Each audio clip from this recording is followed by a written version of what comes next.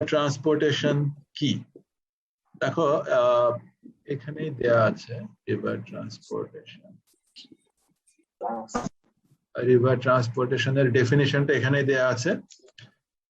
River transportation is the ability of the river to carry along the particles that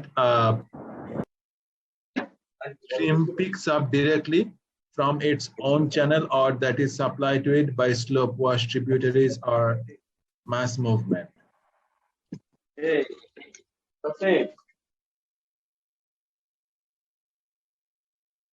অর্থাৎ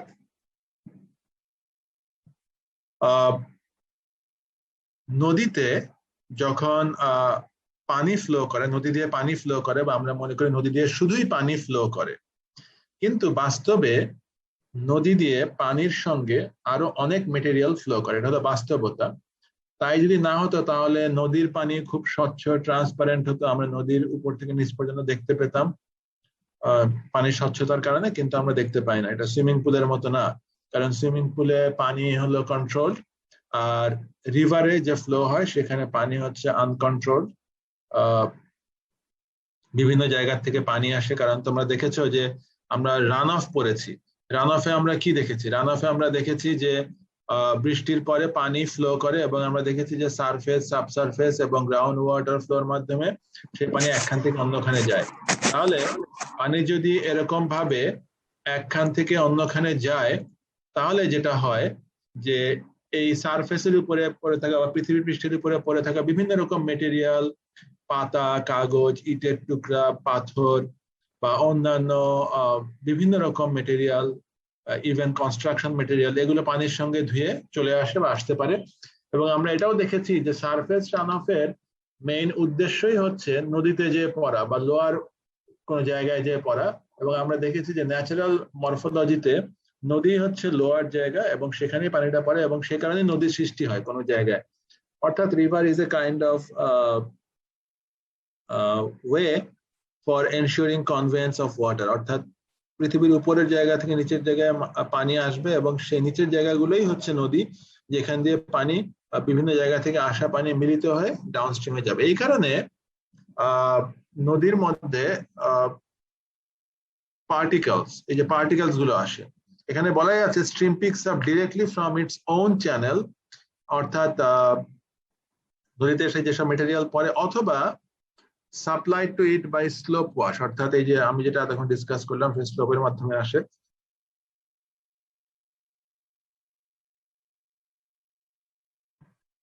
এবং এগুলো আসে by tributaries or mass movement. Mass movement কি আমরা দেখেছি আগেই। সো এই সব মেটেরিয়ালকে নদীর টেনে নিয়ে যাওয়ার যে অ্যাবিলিটি আপস্ট্রিম থেকে ডাউনস্ট্রিমের দিকে, অর্থাৎ নদী যেই দিক থেকে আসে সেটাকে আমরা বলি আপস্ট্রিম, আর যেই দিকে যায় সেটাকে আমরা বলি ডাউনস্ট্রিম। সব নদী আপস্ট্রিম থেকে ডাউনস্ট্রিমের দিকে যায়, এবং এই আপস্ট্রিম থেকে ডাউনস্ট্রিমের দিকে নদীর যাওয়ার পথে এই নদীর পানি বা নদীর এই বিভিন্ন রকম সোর্স থেকে আসা যে পার্টিকেল বা মেটেরিয়াল, সেগুলো টেনে নিয়ে যাওয়ার ক্ষমতাকে আমরা রিভার ট্রান্সপোর্টেশন বলছি। তাহলে এখানে আমরা ডিফাইন করলাম রিভার ট্রান্সপোর্টেশন কি। এখন আমরা দেখি what are the activities of running water. পানি যেটা নদীর আপস্ট্রিম থেকে ডাউনস্ট্রিমের দিকে যায় এই নদীর মধ্যে দিয়ে, এটা কি কি করে? এটা কি কি করে? নাম্বার ওয়ান, এটা ডেব্রিজ, অর্থাৎ এই যে এতক্ষণ যে আমরা ডিসকাস করলাম বিভিন্ন রকম মেটেরিয়াল নদীর পানির সঙ্গে আসে, সেগুলোকে ডেব্রি বলে। ইট ট্রান্সপোর্ট দ্য ডেব্রিজ, অর্থাৎ এইসব মেটেরিয়ালকে একখান থেকে অন্যখানে ট্রান্সপোর্ট করে, পরিবাহিত করে। দুই নম্বর, it erodes the river channel deeper into the land. অর্থাৎ যদি আমরা ধরি যে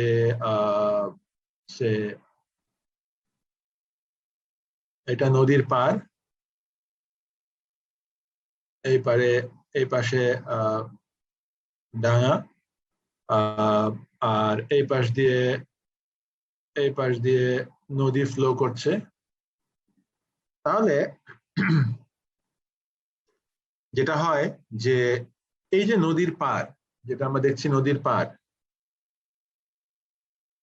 নদী প্রবাহিত হওয়ার ফলে বাংলাদেশে প্রতি বছর নদীর পাড় ভাঙে, অর্থাৎ নদীর পাড় যেটা এখানে ছিল সেটা হয়তো আস্তে আস্তে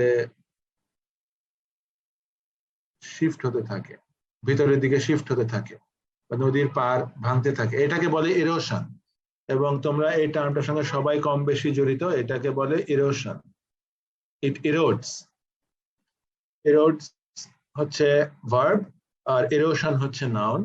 সুতরাং এই নদী প্রবাহিত হওয়ার ফলে নদীর পাড় ইরোশন হয়, বা নদীর পাড়কে ইরোড করে। এটা ল্যান্ডের দিকে, ভিতরের দিকে ঢুকতে থাকে। So it is said that deeper into the land.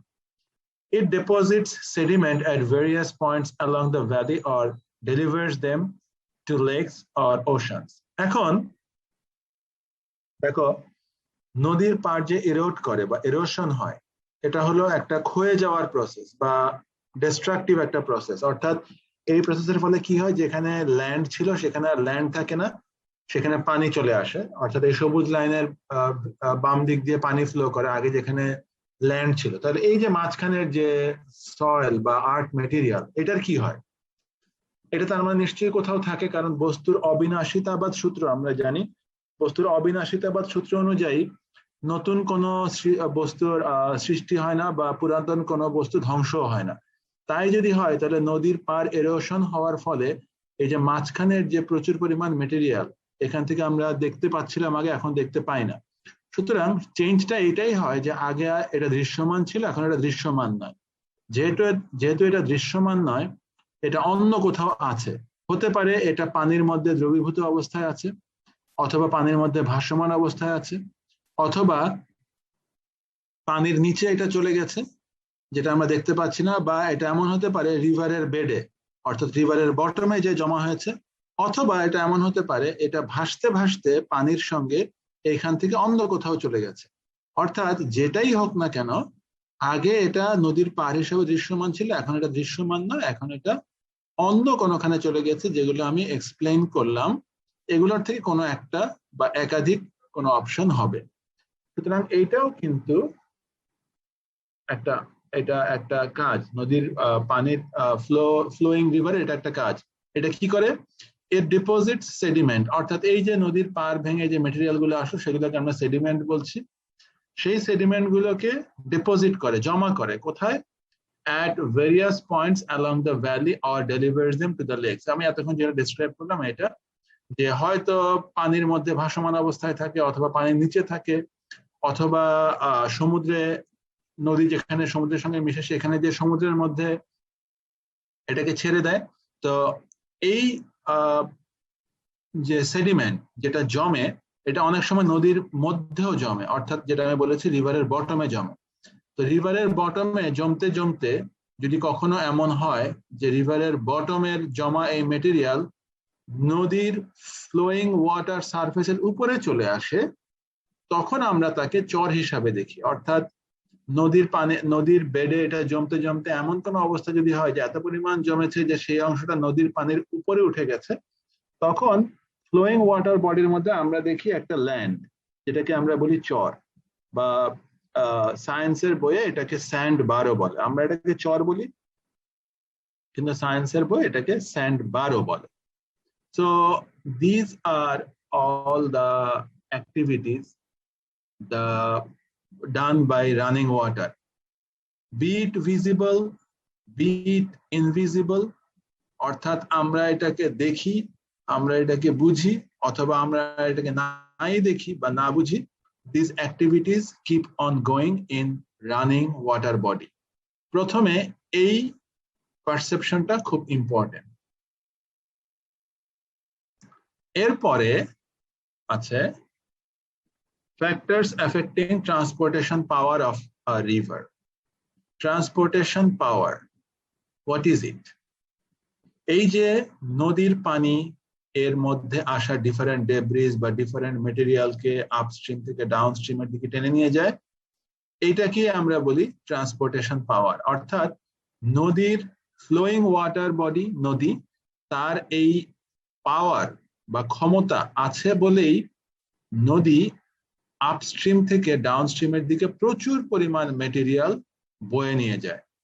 এবং আমরা যদিও মনে করি যে পানি শুধু নদী বয়ে নিয়ে যাচ্ছে এবং এই পানি আমাদের বিভিন্ন কাজে লাগে, তাহলে এখানে at this point we come to understand যে পানির পাশাপাশি এই নদীর পানির ট্রান্সপোর্টেশন পাওয়ার বলে একটা জিনিস আছে, যেই ট্রান্সপোর্টেশন পাওয়ার থাকার কারণে এটা অনেক ধরনের মেটেরিয়াল বা ডেব্রিজ উপর থেকে নিচে নিয়ে যায়। এবং for your information, you must be very clear as a civil engineer to know যে এই যে ডিফারেন্ট ডেব্রিজ এবং ডিফারেন্ট মেটেরিয়াল নদীর উপর থেকে নিচের দিকে নিয়ে যাচ্ছে, এটার একটা বিরাট বড় আর্থ, সামাজিক এবং জিওমরফোলজিক্যাল ইম্পর্টেন্স আছে। নদী এই মেটেরিয়াল উপর থেকে নিচের দিকে নিয়ে যাওয়ার জন্যই নদীর পানির মধ্যে দিয়ে যে পলি মাটি আসে, তোমরা জানো এই যে প্রতি বছর বন্যা হয়, এখনো হচ্ছে, প্রতি বছর হয় বাংলাদেশে। এই বন্যাতে আমরা যেটা মনে করি যে শুধুমাত্র মনে হয় বিভিন্ন জায়গায় পানির নিচে চলে গেছে এবং জনজীবন বিপর্যস্ত। হ্যাঁ, এই পার্টটা সত্যি যে জনজীবন বিপর্যস্ত, কারণ নদীর পানিতে ভেসে গেছে বিভিন্ন জায়গা বা ডুবে গেছে। কিন্তু এই যে নদীর পানি দিয়ে যেসব জায়গায় ডুবে গেছে, সেখানে শুধু সেই সব জায়গা পানি দিয়েই ডোবেনি, সেই পানির সঙ্গে পলি মাটি বা সেডিমেন্ট, যেটাকে আমরা বাংলায় পলি মাটি বলি, নদীর পানির সঙ্গে যেটা আসে, এই যে পলি মাটি সেখানে ছিল এবং সেখানে সেই সব জায়গা নদীর পানি দিয়ে ইনান্ডেটেড বা ডুবে যাওয়ার ফলে সেসব জায়গায় পলি মাটি পড়ার সুযোগ পেয়েছে। এই যে প্রসেস, ফুল প্রসেসটা, এই ফুল প্রসেসেই কিন্তু বাংলাদেশের উৎপত্তি, অর্থাৎ বাংলাদেশের এই যে ভূখণ্ড, geomorphologically I am saying, not politically, geomorphologically আমাদের এই যে ভূখণ্ডটা তৈরি হয়েছে এবং আমাদের উপরেও ধরো ভারতের কিছু অংশ বা মিয়ানমারের কিছু অংশ, এগুলো কিন্তু এই নদীর পানির সঙ্গে আসা যে সেডিমেন্ট, এটা দিয়ে তৈরি হয়েছে। এটা আমরা এই কোর্সে অন্য একটা জায়গায় আবার এটা পড়ব। সো রিভার ট্রান্সপোর্টেশন অত্যন্ত ইম্পর্টেন্ট একটা ইভেন্ট, এবং তোমরা নিশ্চয়ই বুঝতে পারছো যে এই রিভার ট্রান্সপোর্টেশন বা রিভারের এই ট্রান্সপোর্টেশন পাওয়ার আছে বলেই কিন্তু এই ভূখণ্ডটা সৃষ্টি হয়েছে, এবং রিভারের ট্রান্সপোর্টেশন পাওয়ার আছে বলেই এই পলিমাটি জমে বলেই আমাদের এই ভূখণ্ডটা এত ফার্টাইল। কারণ এই নদীর পানির সঙ্গে যে মেটেরিয়াল আসে তার সঙ্গে অনেক ধরনের নিউট্রিশন থাকে, যেমন ফসফরাস থাকে, পটাশিয়াম থাকে। এগুলো কি করে, এগুলো নদীর সঙ্গে এসে যে সব জায়গায় জমে, নদীর বন্যার পানি যখন সরে যায় এই মাটিগুলো কিন্তু থেকে যায় ওখানে, এবং এটা আমাদের এক্সিস্টিং ল্যান্ডকে ন্যাচারালি অনেক উর্বর করে, এবং সেই কারণেই বাংলাদেশের মাটি এত উর্বর এবং এখানে কিন্তু এত ধরনের শস্য হয়, এবং এত উর্বর বলেই বাংলাদেশের মানুষ খুব সহজে এখানে আবাদ করতে পারে বলেই বাংলাদেশ কিন্তু অনেক আগে থেকে একটা এগ্রিকালচার, কৃষি নির্ভর দেশ। So you can understand how rivers contribute through its transportation power to fertility of land, and that fertility makes us depend on agriculture, এবং এই কৃষি কাজ, কৃষি নির্ভরতা বাংলাদেশের বহু মানুষের জীবন এবং জীবিকার জন্য কিন্তু অপরিহার্য। So river transportation is a very important topic for Bangladesh এবং বাংলাদেশি মানুষের আর্থ সামাজিক অবস্থার জন্য। রিভারের এই ট্রান্সপোর্টেশন পাওয়ার যদি আমরা সুচারুভাবে ইউজ করি, যেটা নদী ন্যাচারালি আমাদেরকে প্রোভাইড করছে এবং ন্যাচারালি নিউট্রিশন দিচ্ছে আমার সয়েলকে এবং ফার্টাইল করছে আমার সয়েলকে for agricultural product. So if we can understand this ability of the river and capitalize it, then it can bring lot of benefit for our society in terms of economy as well. So as civil engineer of Bangladesh, you must understand and appreciate this transportation power of river. So আমি যদি রিভারের transportation পাওয়ার নিয়ে কোনো question করি, I think now you can answer যে কি করে river transportation power can contribute in our socio-economic condition or life or livelihood of people. আচ্ছা, এবার আমরা দেখি যে কোন কোন ফ্যাক্টর এই transportation power of river K effect করে। এক নাম্বার হচ্ছে সাইজ অফ দ্য পার্টিকেল, অর্থাৎ নদীর পানির সঙ্গে যেসব মেটেরিয়াল আসবে তাদের সাইজ। এরপরে হচ্ছে ভলিউম অফ টোটাল লোড, এবং 3 নাম্বার হচ্ছে ভেলোসিটি অফ দ্য রিভার। এই velocity of the river is very important parameter, কারণ ভেলোসিটি অফ দ্য রিভার কি করে রিভারের ট্রান্সপোর্টেশন পাওয়ার গভর্ন করে একটু পরে আমরা দেখব। আর ভলিউম অফ টোটাল লোড কি সেটা আমরা একটু পরে দেখব। As we proceed, let's see what is load, এবং তারপরে আমরা জানবো what is volume of load. So নদীর পানিতে তার মানে আমরা দেখছি যে নদীর পানির ভেলোসিটি কত সেটা একটা ব্যাপার, সেখানে যে ভেসে আসছে যে পার্টিকেল তাদের সাইজ কত সেটা একটা ব্যাপার, এবং ভলিউম অফ টোটাল লোড মানে কত পরিমাণ লোড বা পার্টিকেল আসছে সেটা আরেকটা ব্যাপার। আমরা নিচে কতগুলো ডেফিনেশন আছে, এই ডেফিনেশন গুলো জানার চেষ্টা করি, তাহলে এই টার্ম গুলো আমাদের কাছে ক্লিয়ার হবে। প্রথমেই দেখো লোড, আমরা যে লোড উপরে পড়ে আসলাম সেই লোড এখানে। The amount of material that a river carries at any time is called its load. Amount, এখানে যদিও শব্দটা আছে amount, এবং সেটা কিসের amount? The material that a river carries. একটা রিভার, তোমরা পদ্মা নদীর পাড়ে গিয়েছো, পদ্মা ব্রিজ হচ্ছে এই সুবাদে বা তোমাদের ব্যক্তিগত কারণে তোমরা নিশ্চয়ই পদ্মা নদী পাড়ে গিয়েছো, পার হয়েছো, মেঘনা নদী পার হয়েছো, যমুনা নদী পার হয়েছে। তোমরা দেখেছো যে বাংলাদেশের নদী বলতে আমরা কি বুঝি, এর মানে কত প্রশস্ত সেটা তোমরা উপর দিয়ে যাওয়ার সময় দেখতে পাও, এবং এই নদীগুলো যথেষ্ট গভীর। পৃথিবীর স্কেলে যদি আমরা বলি বাংলাদেশের নদীগুলো রিয়েলি অনেক বড় নদী। সুতরাং এগুলো অনেক বড় বলে এগুলোর মধ্যে দিয়ে যে অ্যামাউন্ট অফ মেটেরিয়াল এই নদীর মধ্যে দিয়ে যায়, ইটস হিউজ। হিউজ বলতে it's in the order of million tons per year, অর্থাৎ নদীর পানির সঙ্গে কয়েক মিলিয়ন টন ডেব্রিজ বা সেডিমেন্ট উপর থেকে নিচের দিকে প্রতি বছর ফ্লো করে। যেহেতু এটা মিলিয়ন টন, এই জন্য বাংলাদেশের রিভারের ক্ষেত্রে আমরা এই অ্যামাউন্টটাকে টনে এক্সপ্রেস করি, usually ton. So in the scale of million এটা ট্রান্সপোর্টেড হয়। সো এই কত টন মেটেরিয়াল নদী ক্যারি করলো অ্যাট এনি টাইম, এখানে একটা কথা আছে অ্যাট এনি টাইম, অর্থাৎ শীতে কত, গ্রীষ্মে কত, বর্ষায় কত, এটা হচ্ছে ওই মৌসুমের ওই সিজনের load.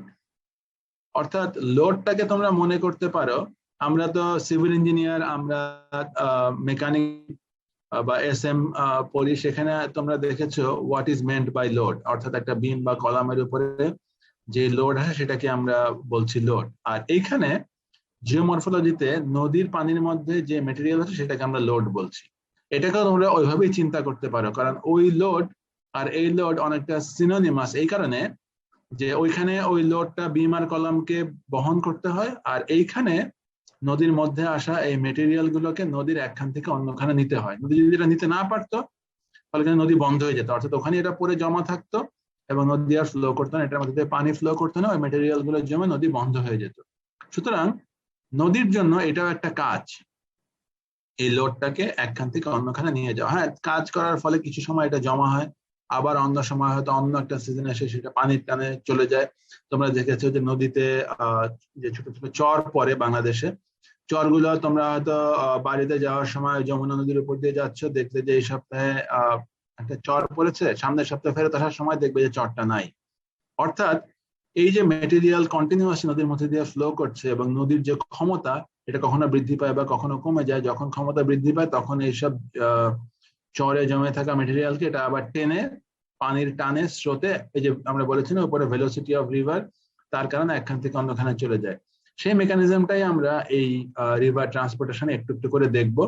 Please pay your attention, this is very important topic for you to understand, because river transportation is not only important for exam or in geomorphology, but it is also important for you to understand as a civil engineer. Karan, if you miss understanding this whole process, you will be missing a big part of civil engineering, and you cannot connect many other topics down the lane that will come in the future. এরপরে হচ্ছে capacity. আমরা load দেখলাম, the amount of material, এরপরে হলো capacity. এখানেও দেখো আমি কেন রিপিট করেছি লোড, কারণ এখানেও আছে অ্যামাউন্ট অফ মেটেরিয়াল। হ্যাঁ, উপরেটার সঙ্গে এটার একটু পার্থক্য আছে, আমরা সেটাও দেখব। এখানে অ্যামাউন্ট অফ মেটেরিয়াল কিন্তু কি, a river is capable of carry, আর এখানে ছিল দ্যাট আ রিভার ক্যারিজ। এই মুহূর্তে যা যাচ্ছে সেটাই হলো তার লোড, আর এটা হলো তার একটা ক্ষমতা, ক্যাপাবিলিটির ইন্ডিকেটর। দুটারই কিন্তু ইউনিট এক, এটাও কিন্তু অ্যামাউন্ট অফ মেটেরিয়াল, ওটাও অ্যামাউন্ট অফ মেটেরিয়াল, অর্থাৎ এটাও কিন্তু এই টনেই এক্সপ্রেস করা হয়। একটু আমি আরেকটু ক্লিয়ার করে বলি, the total amount of material a river is capable of carrying under any given set of conditions is called the capacity of the river. অর্থাৎ any given set of conditions, সেই ক্ষেত্রে নদী যে পরিমাণ মেটেরিয়াল ক্যারি করবে সেটা হচ্ছে carry করতে পারে, সেটা হচ্ছে তার ক্যাপাসিটি। অর্থাৎ এই মুহূর্তে যেটা ক্যারি করছে এটা হচ্ছে লোড, আর সে যেটা ক্যারি করতে পারে সেটা হচ্ছে ক্যাপাসিটি। অর্থাৎ আমার একটা বিম আমার ঘাড়ে এই মুহূর্তে 5 টন আছে, সেটা হলো লোড, কিন্তু আমার ক্ষমতা হচ্ছে 50 টন, এটা হচ্ছে capacity. So I hope you understand it. এখন এরপরে বলা হচ্ছে capacity of a river varies. একটা কোশ্চেন কিসের উপরে? Capacity of a river varies approximately with the third power of velocity.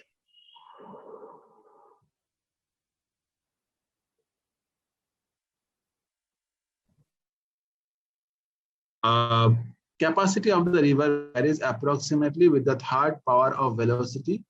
এখানে একটা কন্ডিশন আছে, if a fair proportion of all grain sizes are available, দিয়ে কমা দেয়া আছে, অর্থাৎ এখানে বলা আছে capacity is proportional to v to the power 3. এই কন্ডিশনটা যখন স্যাটিসফাই করে, when all grain sizes are available। তোমরা মেটেরিয়াল ল্যাব অ্যাটেন্ড করেছো, মেটেরিয়াল ল্যাবে তোমরা দেখেছো যে particle can be of different sizes, সব রকম গ্রেন সাইজ যদি থাকে তাহলে capacity is proportional to v to the power 3। কমা দিয়ে বলা আছে with a higher power if all materials are fine grained. if, এখানে একটা if আছে, ফাইন গ্রেইন এবং এটা হলো হায়ার পাওয়ার, অর্থাৎ C is proportional to v to the power 3 plus something, say v to the power 4. It could be 5 or 6. আবার আরেকটা and আছে এখানে, and with a lower power if the material is coarse, অর্থাৎ যদি material course হয় তাহলে C is proportional to v to the power 3 minus something, আমরা ধরে নেই v square।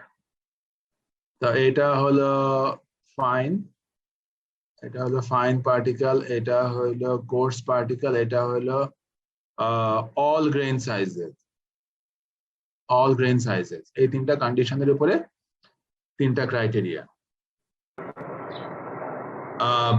এখন আমরা একটা বাস্তব এক্সাম্পলে যাই। Capacity is proportional to v to the power 3, all grain sizes are available, to the power 4, fine grains are available, and square, coarse grains are mostly. তাহলে course গ্রেইনের example কি হতে পারে? ধরো বড় বড় পাথরের টুকরো যদি এটা থাকে তাহলে ক্যাপাসিটি, নদীর ক্যাপাসিটি হচ্ছে v স্কোয়ার। আমরা আমাদের বর্ণনার সুবিধার্থে ধরে নেই যে v হচ্ছে সে 5 ফিট পার সেকেন্ড, এটা তো ভেলোসিটি, নদীর ভেলোসিটি 5 ফিট পার সেকেন্ড। এখন এই নদীর ভেলোসিটি ধরো কনস্ট্যান্ট, 5 ফিট পার সেকেন্ডেই নদী ফ্লো করছে, কিন্তু নদীর মধ্যে এই মুহূর্তে আছে সব বড় বড় পাথরের টুকরা, যার মিনিং হচ্ছে নদীতে মেটেরিয়াল যেগুলো আছে সেগুলো হলো কোর্স মেটেরিয়াল। তাহলে আমার ক্যাপাসিটি হচ্ছে v স্কোয়ার, ধরে নাও যে এটা proportional sign constant of proportionality 1 ধরে নাও, তাহলে c is equal to v square. এটা একটা কন্ডিশন 1। আর একই ভেলোসিটি নদীর 5ই আছে, 5 ফিট পার সেকেন্ডে আছে, কিন্তু নদীর মধ্যে আর থাকা যে মেটেরিয়াল ছোট ছোট ছোট বালু কণা, তাহলে ওটা হবে ফাইন মেটেরিয়াল, রাইট? নদীর মধ্যে ফাইন মেটেরিয়াল বালু কণা। এবং তখন আমার রিলেশনশিপ হচ্ছে c is proportional to v to the power 4 এবং v আমি বলেছি 5 feet per second। এখন কনস্ট্যান্ট অফ প্রপোর্শনালিটি এখানেও 1 ধরি, তাহলে c is equal to v to the power 4 যখন নদীর পানির মধ্যে দিয়ে শুধুমাত্র বালু জাতীয় মেটেরিয়াল ফ্লো করছে। তাহলে তোমরা দেখো যে কোর্স মেটেরিয়াল থাকলে আমি যদি বলি ক্যাপাসিটি কত হবে, তাহলে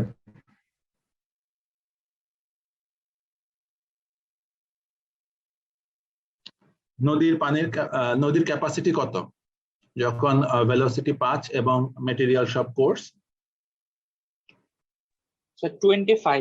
25। আর একই ভেলোসিটিতে v যখন 5 feet per second এবং কিন্তু নদীর মধ্যে দিয়ে ফ্লো করছে ফাইন মেটেরিয়াল বালু, তখন নদীর ক্যাপাসিটি কত? Sir 5 to the power 4। হ্যাঁ, মানে 625। তাহলে দেখো ভেরি কেয়ারফুলি এবং ক্লিয়ার ইওর পারসেপশন যে একই নদী একই ভেলোসিটিতে ফ্লো করছে, কিন্তু তার মধ্যে কি ধরনের মেটেরিয়াল আসছে সেটা কিন্তু তার ক্যাপাসিটিকে গভর্ন করছে, right? Even velocity remaining the same. এই ভেলোসিটি তো প্যারামিটার যেটা রেসপন্সিবল নদীর পানিকে একখান থেকে অন্যখানে টেনে নিয়ে যাওয়ার জন্য। Even roll number 40, you want to say something? Roll number 40, তুমি হ্যান্ড রেজ করেছো, you want to say something?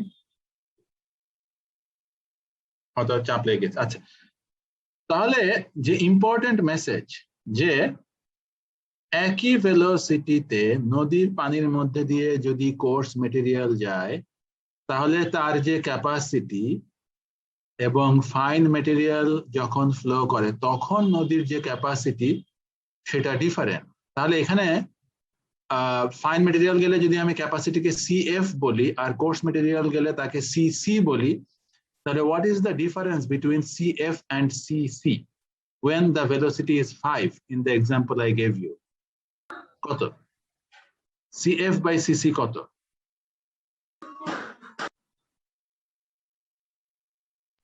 5 হবে। 25। দেখো, তার মানে নদীর মধ্যে যদি ফাইন মেটেরিয়াল থাকে তাহলে নদীর যে ক্যাপাসিটি, নদীর মধ্যে যদি কোর্স মেটেরিয়াল থাকে তাহলে যে ক্যাপাসিটি তার 25 গুণও হতে পারে যদি ভেলোসিটি 5 feet per second হয়। This is a very simple example I cited to you to make you understand same river, same velocity, the capacity is different because of the size of particles। এবং উপরের দিকে তাকিয়ে দেখো, আমরা river transportation যে পাওয়ার সেখানে আমরা বলেছিলাম যে size of the particle is one parameter responsible, right? এবং একইভাবে আমরা বলেছিলাম যে ভেলোসিটি অফ দ্য রিভার এটাও কিন্তু একটা ইম্পর্টেন্ট ফ্যাক্টর। এখন এইরকম একটা এক্সাম্পলে তুমি ভেলোসিটি ধরো CF বের করছো v to the power 4, নদীর ভেলোসিটি 5 ছিল, সেখান থেকে 6 হয়ে গেল, তাহলে একই নদী মেটেরিয়াল একই আছে, ফাইনই আছে, কিন্তু ভেলোসিটি বেড়ে যাওয়ার কারণে কত গুণ বেশি এটা টানতে পারবে মেটেরিয়াল সেটাও তোমরা বের করতে পারো। So you see, this is an example where you find how the size of the particles and the velocity of the river water impact on the capacity of the river. So উপরের যে parameter গুলো আমরা দেখে এসেছি, এই যে এখানে factors affecting transportation power of river, এটা কিন্তু এই এক্সাম্পলের মাধ্যমেই তোমরা কিন্তু বুঝতে পারছো how these two parameters impact the transportation capacity of the river. সুতরাং এই যে আমি ক্যাপাসিটির একটা ইকুয়েশন দেখলাম বা ক্যাপাসিটির একটা ইনফরমেশন জানলাম, এইখান থেকে আমি বের করতে পারি যে নদীর পার ভাঙন থেকে যদি আমার রক্ষা করতে হয়, তাহলে নদীর পাড়ে আমার কি পরিমাণ, প্লিজ বি কেয়ারফুল, আমি কি বলছি, কি পরিমাণ মেটেরিয়াল দিতে হবে। কারণ capacity is a parameter which indicates the পরিমাণ, the amount of material river টেনে নিতে পারে। অর্থাৎ রিভারের যে ক্ষমতা, সেই ক্ষমতা কিসের? মেটেরিয়াল টেনে নিয়ে যাওয়ার। আমি যদি রিভারের ক্ষমতার চেয়ে বেশি মেটেরিয়াল নদীর পাড়ে এনে জমা করি, যেটা নদী টানতে পারবে না, তাহলেই কিন্তু আমার নদীর পাড় রক্ষা হবে। সুতরাং রিভার ব্যাংক প্রোটেকশনে আমি এটা ইজিলি ডিজাইন করতে পারি যে এই নদীর সর্বোচ্চ ক্ষমতা কত হতে পারে। তোমরা এখনই দেখেছো ক্ষমতার ইকুয়েশন কি এবং সেটা কিসের উপরে ভ্যারি করে। সুতরাং তোমরা এখান থেকেই বুঝতে পারছো যে আমাদের কি কি জিনিস অ্যাসিউম করতে হবে কখন আমরা যখন ডিজাইন করি। আমরা ম্যাক্সিমাম বা ওয়ার্স্ট পসিবল কন্ডিশন ধরে আমরা ইঞ্জিনিয়ারিং ডিজাইন করি।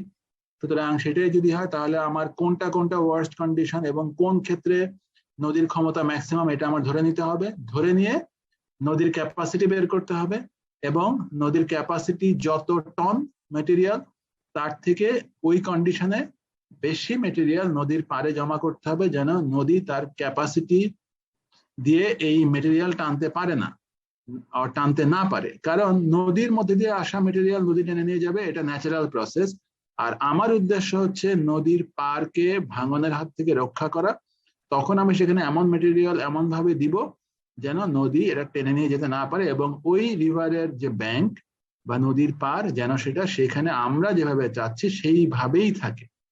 So as a civil engineer, this is your responsibility to design that, and this is the equation, or this is the principle from where you can determine the amount of material you will need to protect the river bank from erosion.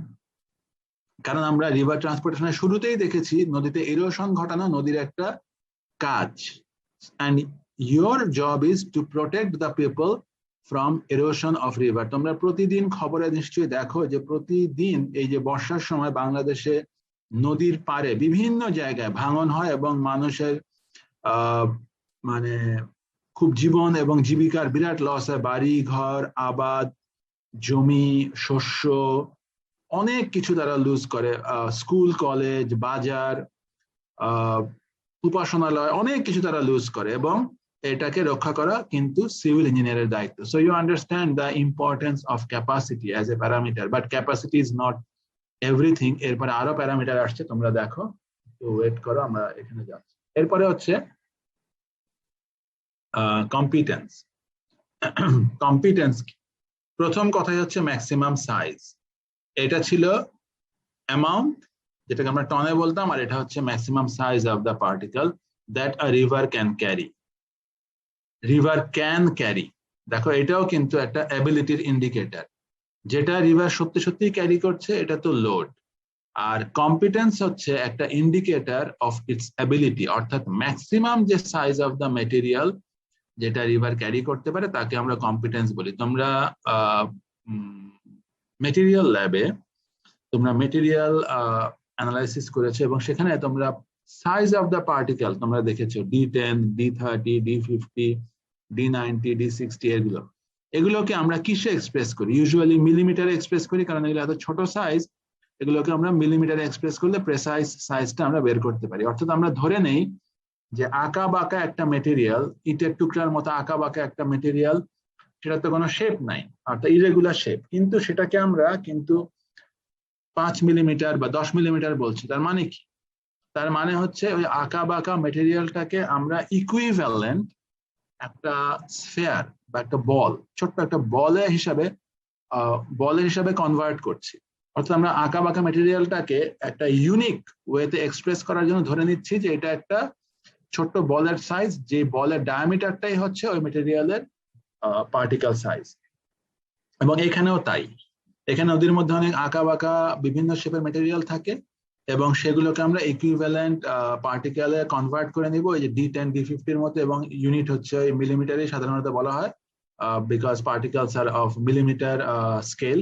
Particle যদি একেবারে বাড়ির মতো size হতো তাহলে এটাকে আমরা নিশ্চয়ই মিটারে বলতাম, বাড়ির মাপ যেরকম আমরা মিটারে দিই, বাট যেহেতু এটা ছোট সেজন্য এটা মিলিমিটারে বলি। মিটার হোক, মিলিমিটার হোক, সেন্টিমিটার হোক, ইউ আন্ডারস্ট্যান্ড যে লেন্থ হচ্ছে এটার unit to express the particle size is called its competence. আচ্ছা, এরপরে হচ্ছে the competence of a river is a statement of its ability. যে আমি একটু আগে বললাম এটা অ্যাবিলিটির ইন্ডিকেটর, এটাও কিন্তু একটা অ্যাবিলিটির indicator. To move material in terms of material size, একটু আগেই যেটা ক্যাপাসিটি ছিল এটা একটা অ্যাবিলিটির ইন্ডিকেটর ছিল, এবং এই অ্যাবিলিটিটা ছিল কিসের? Amount of material. আর এখানেও এটা একটা অ্যাবিলিটির ইন্ডিকেটর, এটাকে আমরা মিলিমিটারে এক্সপ্রেস করি, এবং এটা কিসের অ্যাবিলিটি? এটা হলো movement of material in terms of material size, অর্থাৎ কত বড় বা কত ছোট সাইজের মেটেরিয়াল নদী বা নদীর পানি টানতে পারবে সেটার কথা আমরা কম্পিটেন্সের মাধ্যমে এক্সপ্রেস করি, এবং এটা নদীর একটা অ্যাবিলিটি। এখন দেখো একটু আগে আমরা যেরকম নদীর ক্যাপাসিটিটাকে একটা ভেলোসিটি টার্মে এক্সপ্রেস করেছিলাম, এখনো কিন্তু আমরা আবার সেটাই করতে যাচ্ছি। Competence is a function of velocity only. দেখো ওই যে ভেলোসিটি কিন্তু বারবার আসছে, তার মানে রিভারের এই মেটেরিয়াল টেনে নিয়ে যাওয়ার ব্যাপারে রিভারের velocity is the driving parameter. এবং রিভারের ভেলোসিটি আছে বলেই from your common sense you can understand that a river carries lot of material, be it big or small, be it fine or coarse, it carries lot of material. The diameter of a particle that a river can move varies approximately with the square of the stream velocity. Competence যদি আমরা এটাকে express করি,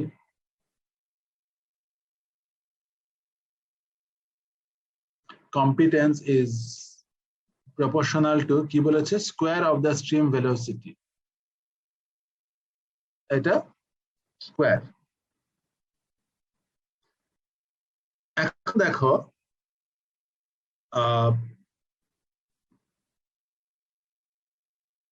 এটা হলো কম্পিটেন্সের equation. For the sake of discussion আমরা ধরে নেই কনস্ট্যান্ট অফ প্রপোর্শনালিটি ইজ 1 এবং river is flowing at a velocity of 5 feet per second, যেটা আমি একটু আগেও ধরেছিলাম। তাই যদি হয় তাহলে what is the competence of the river when the velocity is 5 feet per second? 25. Now let's assume the velocity rises from 5 to 6. What is the competence of the river? 36. এই 36 এর 25 কি? এই 36 এর 25 হচ্ছে maximum size of the particle, তাই না? River যেটা টানতে পারে, সেটাই তো competence. So even though we are inserting the value of velocity in feet per second, but the result we get is competence, and there is some change of conversion of unit because of the proportionality constant. So আমি যদি সোজা কথায় বলি, velocity 5 থেকে 6 ওঠার কারণে means velocity 20% বেড়ে যাওয়ার কারণে রিভারের কম্পিটেন্স 25 থেকে 36 হয়, অর্থাৎ কম্পিটেন্স 44% বাড়ে। আবার বলছি আমি, ভেলোসিটি 5 থেকে 20% বাড়াতে কম্পিটেন্স 25 থেকে 44% বাড়ে। তোমরা কি বুঝতে পেরেছো এক্সাম্পলটা? 44% বাড়ছে কারণ কম্পিটেন্স 25 থেকে 36 হচ্ছে। 25 থেকে যদি 36 হয় তাহলে 44% হয়, রাইট? 25 এর 44%, right? Yes, sir. So what I want to say, velocity কিছু বাড়ছে, কম্পিটেন্স কিন্তু স্কয়ার টার্মে বাড়ছে। That is what I want to say you or convey you. তাহলে এই কম্পিটেন্স আমার জেনে লাভ কি? নদী যা খুশি তাই করুক, আমার লাভ কি? হ্যাঁ, আমার লাভ আছে। The reason why civil engineers should know it. এখান থেকে আমরা মেটেরিয়ালের সাইজ পাচ্ছি। Again, when we want to design the embankment, নদীর পার আমি যখন ডিজাইন করব রক্ষা করার জন্য, নদীর পাড়ের মানুষকে রক্ষা করার জন্য, তখন আমার এই পার্টিকেল সাইজটাও জরুরি। কারণ তোমরা দেখতেই পাচ্ছ যে রিভারের ভেলোসিটির সঙ্গে সঙ্গে তার ক্ষমতা অনেক বেড়ে যাচ্ছে। এখন আমি নদীর পার রক্ষা করার জন্য যদি এমন সাইজের মেটেরিয়াল দিই যা নদী টেনে নিয়ে যেতে পারে,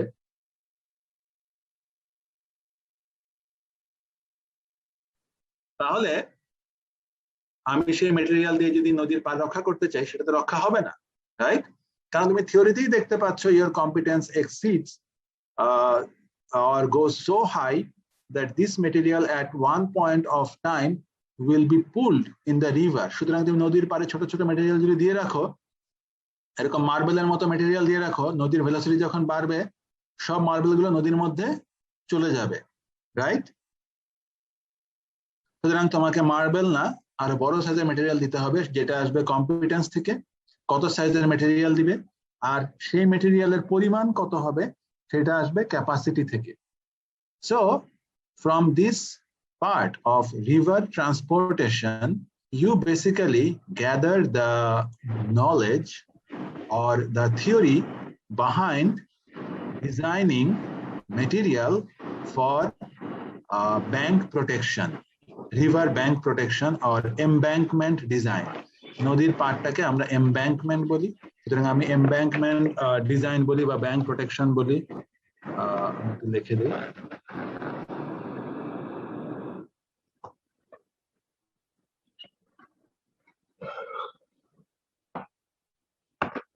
embankment বা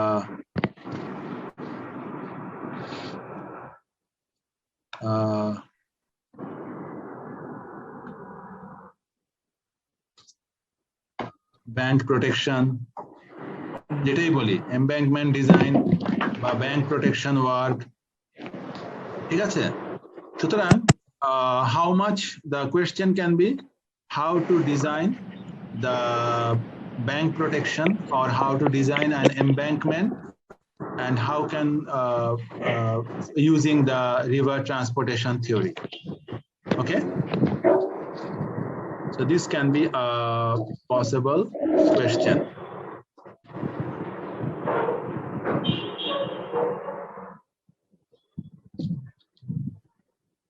And this is a very important question. This is important not only as a question that will come in the exam, but also for you to know as a civil engineer for your future যে কি করে আসলে নদীর পার design করতে হয়। This common sense is very uncommon in many cases, so you must have this common sense that velocity is the driving force which determines the basic design of river bank protection.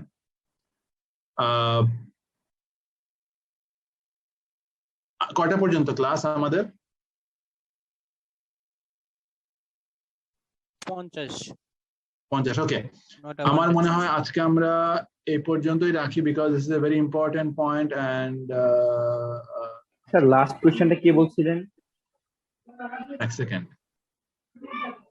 একটা হচ্ছে যে how to design embankment, how to design bank protection. এক second আমি বলছি।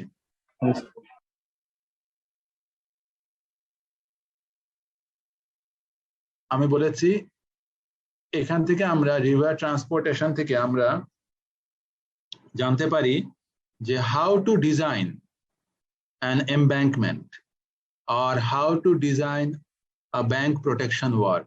তোমরা দেখতেই পাচ্ছ এখানে রিভার ব্যাংক প্রোটেকশন বা এমব্যাঙ্কমেন্ট ডিজাইনের দুটো জিনিস আমরা এখান থেকে বের করেছি। একটা হলো কত পরিমাণ মেটেরিয়াল লাগবে, আর দ্বিতীয় হলো কোন সাইজের মেটেরিয়াল লাগবে। সো কোন সাইজের মেটেরিয়াল কত পরিমাণ লাগবে এটা যদি আমরা জানতে পারি, তাহলে তো at least we can design the river bank or river bank protection, right? সেটাই বলেছি। So basically the knowledge of river transportation gives you idea or basis, theoretical basis of river bank protection design. ঠিক আছে, বুঝতে পেরেছো? Yes sir. এখানে যে capacitance বা capacity গুলো বের করলাম, এগুলো কি স্যার এক্সট্রিম কেসের ক্ষেত্রে যেমন ফ্লাড কন্ডিশন এরকম সময় কি বের করা হয়, না নরমাল কন্ডিশনে একটা? না, যে কোনো ইঞ্জিনিয়ারিং ডিজাইন হচ্ছে ওয়ার্স্ট পসিবল সিনারিওর জন্য। ঠিক আছে? সুতরাং তুমি তোমার কাছে যে সিনারিওটা ওয়ার্স্ট সেটাই তুমি এখানে ধরে নেবে, কিন্তু পৃথিবীতে অ্যাবসলিউট ডিজাইন বলে কিছু নাই, অর্থাৎ এমন ডিজাইন কিছু নাই যে পৃথিবীর সব কন্ডিশনে এটা সার্ভাইভ করবে। যেমন তুমি কত লোড কনসিডার করবে একটা স্ল্যাব ডিজাইন করার জন্য? একটা 50 টন পাথরের টুকরা তো সোলার ইয়ার থেকে এসে তোমার বিল্ডিং এ হিট করতে পারে, but can you design your building for that, যে কখন এটা যদি এসে পড়ে? বা তুমি ধরো নদীর পাড় তুমি ডিজাইন করছো, তুমি কত ক্যাপাসিটির জন্য ডিজাইন করবে? এটা তো তুমি একটা ধরে নিবে যেটা ওয়ার্স্ট কন্ডিশন, বাট তুমি কি এটা আসলেই পারো এমন ডিজাইন করতে যেটা কোনোদিনই কিছু হবে না? Can you do that? So না স্যার। এই জন্যই আমরা লাস্ট ক্লাসে একটা সম্ভাব্যতার একটা জিনিস ডিসকাস করেছিলাম রান অফে, মনে আছে তোমাদের? যে আমরা আই এর ভ্যালু বের করার সময় আমরা সম্ভাব্যতার কথা বলেছিলাম, কত সম্ভাব্যতার আই এর ভ্যালু ইউজ করব। ঠিক একইভাবে all sorts of engineering design are based on সম্ভাব্যতা, অর্থাৎ হোয়াট ইজ দ্য সম্ভাব্যতা যে এখানে একটা খারাপ ঘটনা ঘটবে, সেটার একটা এস্টিমেশন আছে, অর্থাৎ বৃষ্টি কত হবে, মেটেরিয়াল সাইজ কত বড় হবে, কত পরিমাণ মেটেরিয়াল আসবে, ম্যাক্সিমাম কত এসেছে অতীতের ডেটা থেকে আমরা এটা নিতে পারি যে 100 বছরে একবার আসে বা 50 বছরে একবার আসে, 25 বছরে একবার আসে, এরকম ঘটনা ধরে আমরা ডিজাইন করতে পারি। কিন্তু পরের দিনই দেখা গেল যে আমরা সবকিছু ধরে 100 বছরে একবার আসে ধরে আমরা ডিজাইন করলাম, এটা ধরে সম্ভাব্যতা, বাট পরের দিনই 150 বছরে একবার হয় এরকম একটা ঘটনা ঘটে গেল এবং পরের দিন এটা ফেল করলো। Actually, you cannot help it because your whole design was based on some assumption. এই জন্য আমি সবসময় বলি যে ইঞ্জিনিয়ার হিসেবে তোমাদেরকে তোমাদের নিজেদের সেফ গার্ডের জন্য এই জিনিসগুলো বুঝতে হবে, কিন্তু এটা বোঝার মানে এই না যে যে কোনো কিছুতে এটা ফেল করে চলে যাবে। No, that is not your safeguard. যদি সত্যি ঘটনাটা এমন হয় বাস্তবে যেটা একটা 100 বছরে একবার ঘটতো, সেটা ধরে ডিজাইন করার পরও 120 বছরে একবার এরকম একটা ঘটনা ঘটে গেছে এবং সেটা সেই কারণে ফেল করে গেছে, then only you can defend yourself. But if you intentionally under design a structure and the structure failed because of a very low frequency impact, অর্থাৎ ঘন ঘন হয় এরকম কোনো ঘটনাতে এটা ভেঙে গেছে, তাহলে কিন্তু you cannot save yourself because you intentionally under designed it. So understanding the design parameter, understanding the statistics behind, and utilizing those values with proper assumption and making the construction of proper quality can save you. Anything you design under the protocol, অনেক সময় guideline, যেরকম তোমরা জানো যে Bangladesh national building code BNBC হয়ে গেছে এবং BNBC তে বলা আছে যে আমরা কিভাবে ডিজাইন করব। সুতরাং আমাদেরকে সেই গাইডলাইন ফলো করতে হবে এবং আমরা যদি সেই অ্যাজাম্পশন গুলো, বিএনবিসি আমাদেরকে অ্যাজাম্পশন কি হতে পারে সেটা আমাদেরকে শেখায় যে আমার কত ধরে ডিজাইন করতে হবে, কত রিটার্ন পিরিয়ড ধরে ডিজাইন করতে হবে, এটা আমাকে বিএনবিসি বলে দেয়। সুতরাং আমাকে সেই প্রোটোকল ফলো করতে হবে এবং তার থেকে আন্ডার ডিজাইন করা যাবে না। So this is the basic engineering guideline for you. So my basic objective was to show you how the river capacity and competence knowledge and river transportation knowledge can help you to design the river bank protection work or say embankment. I hope you could understand it, right? Yes, sir. Yes, sir. তোমরা সবাই attendance দিয়েছো, chat বক্সে তোমাদের নাম roll number লিখেছো। So if you have done it, thank you very much. তোমরা সাবধানে থেকো, ভালো থেকো। আবার নেক্সট সপ্তাহে ইনশাআল্লাহ ক্লাসে দেখা হবে। Thank you. শেষ করছি ক্লাস। আসসালামু আলাইকুম, স্যার। ওয়ালাইকুম আসসালাম। আসসালামু আলাইকুম স্যার। ওয়ালাইকুম আসসালাম।